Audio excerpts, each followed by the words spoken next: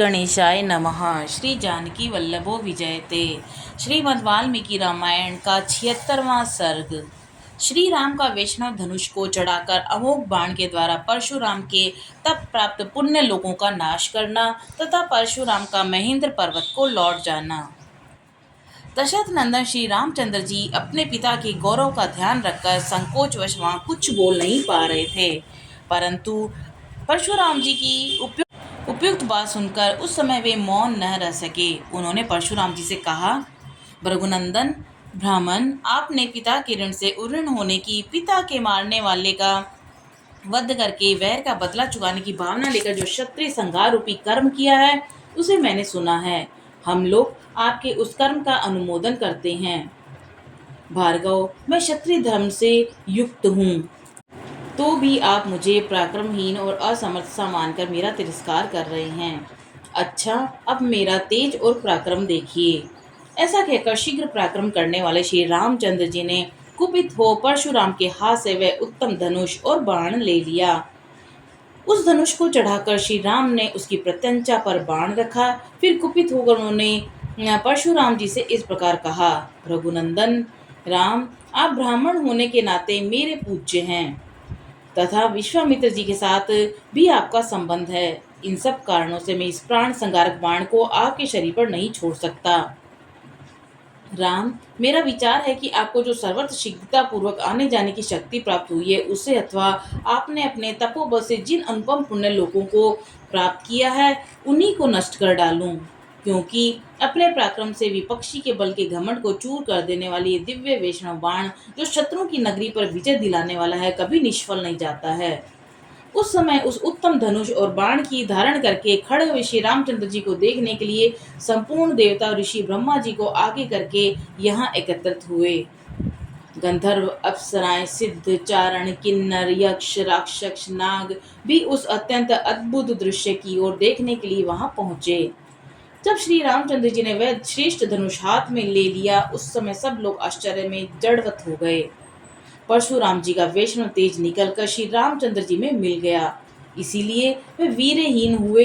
जमदग्नि कुमार राम ने दशरथ नंदन श्री राम जी की ओर देखा।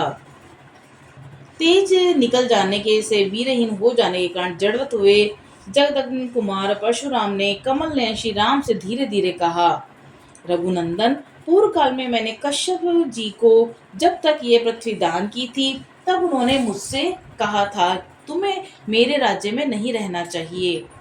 कुत्सकुल नंदन, तभी से अपने गुरु कश्यप जी की इसी आज्ञा का पालन करता हुआ मैं कभी रात में पृथ्वी पर नहीं निवास करता हूँ, क्योंकि ये बात सर्वविदित है कि मैंने कश्यप के सामने रात को पृथ्वी पर न रहने की प्रतिज्ञा करी थी। इसलिए वीर राघव, आप मेरी इस गमन शक्ति को नष्ट न करें। मैं मन के समान वेग से अभी महेंद्र नामक पर्वत पर चला जाऊंगा। परंतु श्री राम, मैंने अपनी तपस्या से जिन अनुपम लोगों पर विजय पाई है, उन्हीं को आप इस श्रेष्ठ बाण से नष्ट कर दो। अब इसमें विलंब नहीं होना चाहिए।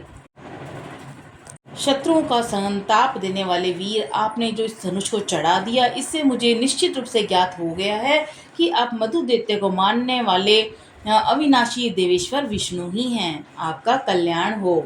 ये सब देवता एकत्र होकर आपकी ओर देख रहे हैं। आपके कर्म अनुपम है। युद्ध में आपका सामना करने वाला दूसरा कोई नहीं। कुत्सकुल भूषण, आपके सामने जो मेरी असमर्थता प्रकट हुई है, वह मेरे लिए लज्जाजनक नहीं हो सकती, क्योंकि आप त्रिलोकीनाथ श्री हरि ने मुझे पराजित किया है। उत्तम व्रत का पालन करने वाले श्री राम, अब आप अपना अनुपम बाण छोड़िए। इसके छूटने के साथ ही मैं श्रेष्ठ महेंद्र पर्वत पर चला जाऊंगा। परशुराम जी के ऐसे कहने पर प्रतापी दशरथ नंदन श्रीमान रामचंद्र जी ने उत्तम बाण छोड़ दिया।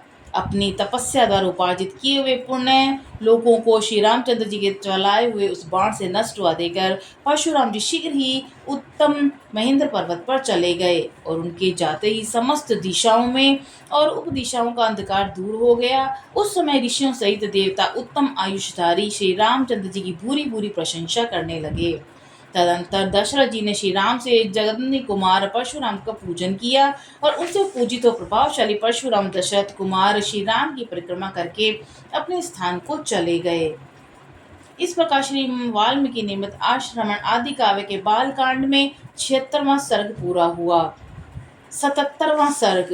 राजा दशरथ का पुत्रों और वधुओं के साथ अयोध्या में प्रवेश, शत्रुघ्न सहित भरत का मामा के यहाँ जाना, श्री राम के बर्ताव से सबका संतोष और सीता और श्री राम का पारस्परिक प्रेम। परशुराम जी के चले जाने पर महायशस्वी दशरथ नंदन श्री राम ने शांत चित होकर अपार शक्तिशाली वरुण के हाथ में वह धनुष दे दिया। तत्पश्चात वशिष्ठ आदि ऋषियों को प्रणाम करके रघुनंदन श्री राम ने अपने पिता को विकल्प देकर उनसे कहा कि पिताजी, परशुराम जी चले गए, अब आपके अधिनायकत्व में सुरक्षित और चतुरंगनी सेना अयोध्या की ओर प्रस्थान करे।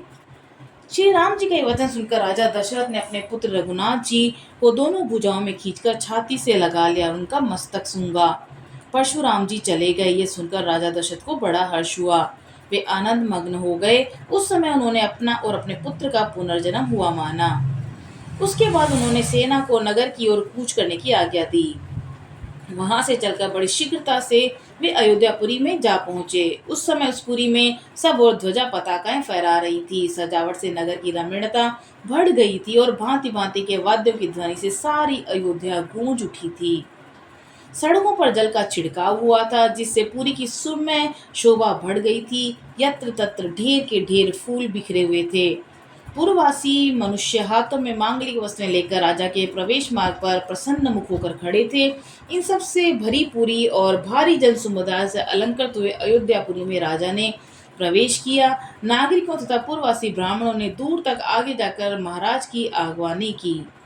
अपने कांतिमान पुत्रों के साथ महायशस्वी श्रीमान राजा दशरथ ने अपने प्रिय राजभवन में, जो हिमालय के समान सुंदर और गगनचुंबी था, प्रवेश किया। राजमहल में स्वजनों द्वारा मनोवांछित वस्तुओं से परम पूजित हो राजा दशरथ ने बड़े आनंद का अनुभव किया। महारानी कौशल्या, सुमित्रा, सुंदर कटि प्रदेश वाली केकई और अन्य राजपत्नियां थीं। वे सब बहुओं को उतारने के कार्य में जुट गईं।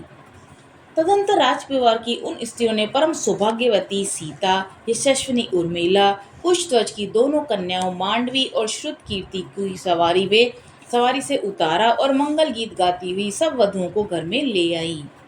वे प्रवेश कालिक होम कर्म से सुशोभित और रेशमी साड़ियों से अलंकृत थी। उन सब ने देव मंदिरों में ले जाकर उन बहुओं से देवताओं का पूजन करवाया। तदंतर नव वधु रूप में आई हुई उन सभी राजकुमारियों ने वंदनीय सास और ससुर आदि के चरणों में प्रणाम किया और अपने अपने पति के साथ एकांत में रहकर वे सब की सब बड़े आनंद के साथ समय व्यतीत करने लगीं। श्री राम आदि पुरुष श्रेष्ठ चारों भाई अस्त्र विद्या में निपुण और विवाहित होकर धन और मित्रों के साथ रहते हुए पिता की सेवा करने लगे। कुछ काल के बाद रघुकुल नंदन और दशरथ ने अपने पुत्र केकई कुमार भरत से कहा, बेटा, ये तुम्हारे मामा केकई राज वीर युद्धाजित तुम्हें लेने के लिए आए हैं और कई दिनों से यहाँ ठहरे हुए हैं। दशरथ जी की बात सुनकर केकई कुमार भरत ने उस समय शत्रुघ्न के साथ मामा के यहाँ जाने का विचार किया। वे नरश्रेष्ठ शूरवीर भरत अपने पिता राजा दशरथ, अनायासी महान कर्म करने वाले श्री राम और सभी माताओं से पूछ उनकी आज्ञा से ले शत्रुघ्न सहित वहां से चले गए। शत्रुघ्न सहित भरत को साथ लेकर वीर युद्धाजित ने बड़े हर्ष के साथ नगर में प्रवेश किया। इससे उनके पिता को बड़ा संतोष हुआ। भरत के चले जाने पर महाबली श्री राम और लक्ष्मण उन दिनों अपनी देवोपम पिता की सेवा पूजा में संलग्न रहे। पिता की आज्ञा शिरोधार्य करके वे नगर वासियों के सारे काम देखने और समस्त प्रिय और हितकर कार्य करने लगे। वे अपने आप को बड़े संयम के साथ रखते और समय समय पर माताओं के लिए उनके आवश्यक कार्य पूर्ण करके गुरुजनों के भारी से भारी कार्यों को सिद्ध करने का ध्यान रखते थे। उनके इस बर्ताव से राजा दशरथ, वेदवेता ब्राह्मण और वैश्य वर्ग बड़े प्रसन्न रहते थे। श्री राम के उत्तम शील और सद्व्यवहार से उस राज्य के भीतर निवास करने वाले मनुष्य संतुष्ट रहते थे। राजा के उन चारों पुत्रों में सत्य पराक्रमी श्री राम ही लोक में अत्यंत यशस्वी और महान गुणवान हुए। ठीक उसी तरह जैसे समस्त भूतों में स्वयंभू ब्रह्मा ही अत्यंत यशस्वी और महान गुणवान हैं। श्री रामचंद्र जी सदा सीता के हृदय मंदिर में विराजमान रहते थे और मनस्वी श्री राम का मन भी सीता में ही लगा रहता था। श्री राम ने सीता के साथ अनेक ऋतुओं तक विहार किया। सीता श्री राम को बहुत प्रिय थी क्योंकि वे अपने पिता जनक द्वारा श्री राम के हाथों में पत्नी रूप से समर्पित की गई थी। सीता के पातिव्रत्य आदि गुणों से और उनके सौंदर्य गुण से भी श्री राम उनके प्रति अधिकाधिक प्रेम बढ़ता रहता था। इसी प्रकार सीता के हृदय में अपने प्रति पति श्री रामचंद्र जी के अपने गुणों और सौंदर्य के द्विगुण प्रति प्रीति पात्र बनकर रहते थे। जनक नंदिनी मिथिलेश कुमारी सीता श्री रामचंद्र जी के हार्दिक अभिप्रायकों को भी अपने हृदय से ही और अधिक रूप से जान लेती थी और स्पष्ट रूप से बता भी देती थी। वे रूप में देवांगनाओं के समान थी और मूर्तिमती लक्ष्मी सी प्रतीत होती थी। श्रेष्ठ राजकुमारी सीता श्री राम जी की कामना रखती थी और श्री राम भी एकमात्र उन्हीं को चाहते थे। जैसे लक्ष्मी के साथ देवेश्वर भगवान विष्णु की शोभा होती है, उसी प्रकार उन सीता देवी के साथ राजा श्री दशरथ कुमार श्री राम परम प्रसन्न रहकर बड़ी शोभा पाने लगे। इस प्रकार श्री वाल्मीकि निर्मित आश्रमण आदि काव्य के बालकांड में 77वां सर्ग पूरा हुआ। बालकांड समाप्त।